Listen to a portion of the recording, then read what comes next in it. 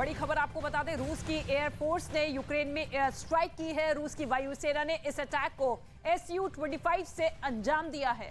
इस air strike में Ukraine के मिलिट्री ठिकाने को बड़ा नुकसान हुआ है। रूस के रक्षा मंत्रालय ने हमले का वीडियो भी जारी किया है। इस बीच खबर यह है कि ज़ेलेंस्की के गोदाम में ऐसे ताकतवर बमों का खेप दिखाई दे रहा है जिसकी ताकत बालाकोट एयर स्ट्राइक में इस्तेमाल बमों जैसी है। ऐसे में सवाल यह है कि क्या बाइडेन की शह पर ज़ेलेंस्की भी रूस पर एयर स्ट्राइक करेंगे?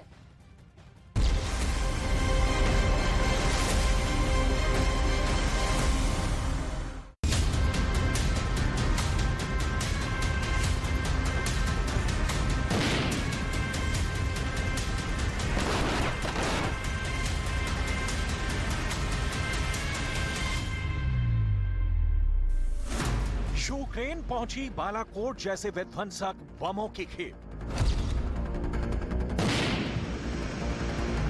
वोलोदिमीर ज़ेलेंस्की को मिला सबसे खतरनाक तोहफा।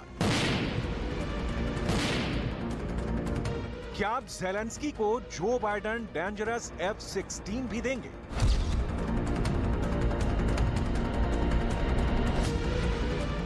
यूक्रेन को जिस गेम चेंजर फाइटर प्लेन का इंतजार था, उसे लेकर क्या बाइडेन ने अपना वीटो वापस ले लिया है?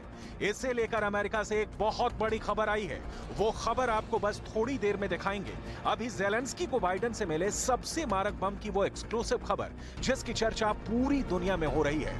खबर 100% पक्की है। मुहर खुद अमेरिका की एयरफोर्स के एक बहुत बड़े अधिकारी ने लगाई है। यूक्रेन में अमेरिका से बेहद खतरनाक बम JDAM-ER पहुंच गए हैं। JDAM-ER यानी joint direct attack munition extended range. America के दावे के मुताबिक इस बम के यूक्रेन पहुंचने से रूस के तमाम ठिकाने खतरे में हैं। यूक्रेन के जखीरे में मौजूद ये बम 72 किलोमीटर दूर टारगेट को हिट कर सकते हैं। घातक डैनों से लैस ये बम दुश्मन के टारगेट को कैसे बर्बाद करेंगे, उसका सबूत भी देख लीजिए।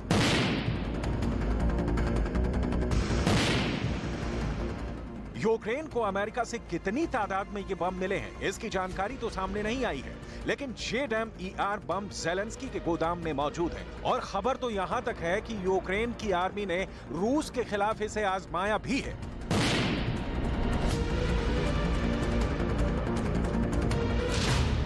यूएस एयरफोर्स के जनरल जेम्स हेकर के मुताबिक फरवरी में ही JDAM-ER बम यूक्रेन पहुंच गए थे। बड़ी बात यह कि यूक्रेन भेजे गए इन बमों को MK-80 सीरीज डम बमों की तरह बनाया गया है, जो सटीक निशाना लगाने में माहिर हैं। JDAM-ER का टेल यानी पिछला हिस्सा पूरी तरह से नया है। इसमें GPS से लैस inertial navigation system guidance system लगा है, जो फिक्स टारगेट पर अचूक निशाना लगाने में सटीक रोल निभाता है।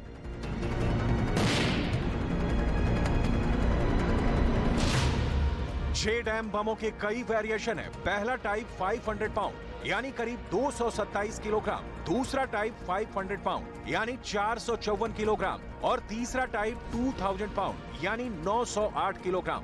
पुराना JDAM करीब 24 किलोमीटर दूर से टारगेट को हिट कर सकता था, तो JDAM-ER करीब 72 किलोमीटर दूर से ही अपने टारगेट को तबाह कर सकता है। यूक्रेन को मिले JDAM-ER बमों की असल ताकत कितनी है, इसे लेकर पुख्ता जानकारी नहीं है, लेकिन इतना तय है कि बाइडेन ने ज़ेलेंस्की को सबसे एडवांस JDAM बम दिए हैं।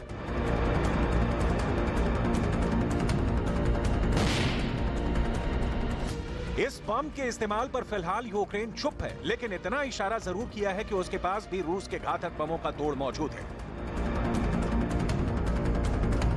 Противника теж не так вже й багато, щоб їх масово використовувати. А от бомб, якщо вони налагодять виробництво плануючих авіабомб, чи будуть якимось чином ті, що мають, удосконалювати, модернізувати, то ми бачимо, що відбувається, коли велика кількість бомб, великого тонажу, так, робить, опускається так на голови українців.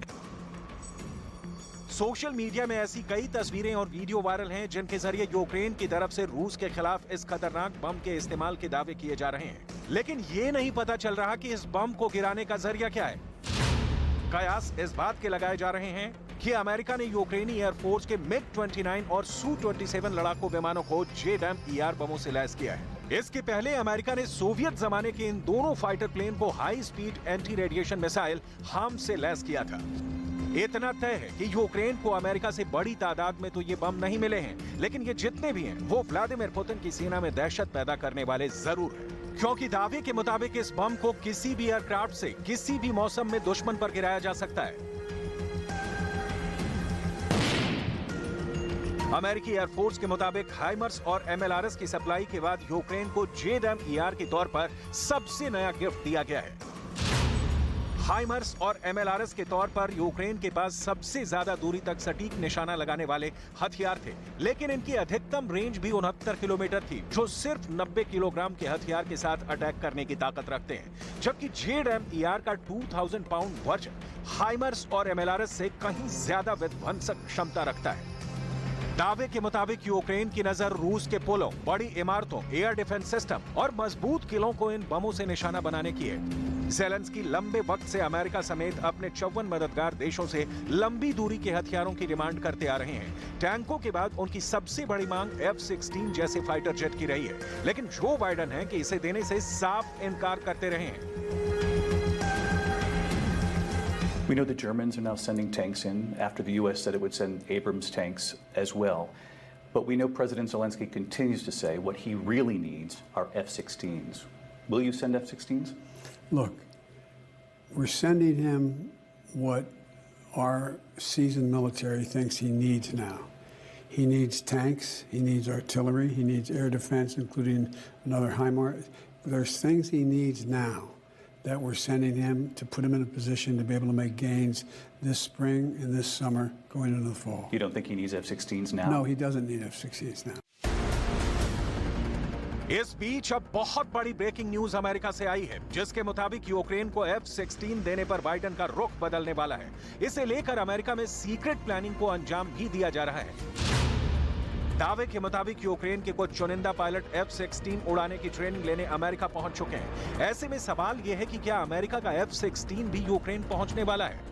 पश्चिमी देशों की मीडिया में हलचल बहुत तेज है। दावा किया जा रहा है कि यूक्रेन के 2 पायलट अमेरिका में मौजूद हैं, जो इस बात को समझने में लगे हैं कि F-16 लड़ाकू विमान को उड़ाने की ट्रेनिंग कितने दिनों में पूरी हो सकती है। कहा तो यह भी जा रहा है कि जल्द ही यूक्रेन के 10 और पायलट अमेरिका पहुंचकर F-16 की ट्रेनिंग में शामिल हो सकते हैं।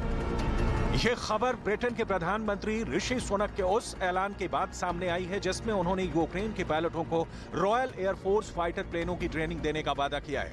बताया जा रहा है कि जल्द ही यूक्रेन के पायलटों को ब्रिटेन की एयरफोर्स यूरोफाइटर टाइफून लड़ाकू विमान उड़ाने की ट्रेनिंग दे सकती है। लेकिन इसमें सबसे बड़ी खबर अमेरिका में यूक्रेन के पायलटों की ट्रेनिंग है। वैसे अमेरिका की संसद ने बीते साल जुलाई में ही यूक्रेन के पायलटों की ट्रेनिंग के लिए 818.5 करोड़ रुपए के फंड की मंजूरी दी थी, जिसे अमल में लाने की कवायद भी शुरू हो चुकी है। लेकिन असली सवाल तो यूक्रेन को F-16 देने का है। कड़ी मशक्कत के बाद ज़ेलेंस्की ने नाटो देशों से एब्रम्स, लेपर्ड 2 और चैलेंजर 2 टैंक हासिल करने में कामयाबी हासिल की है। ऐसे में अब उनका फोकस नाटो के लड़ाकू विमानों पर है। वो इसे लेकर बाइडेन से भी बात कर चुके हैं।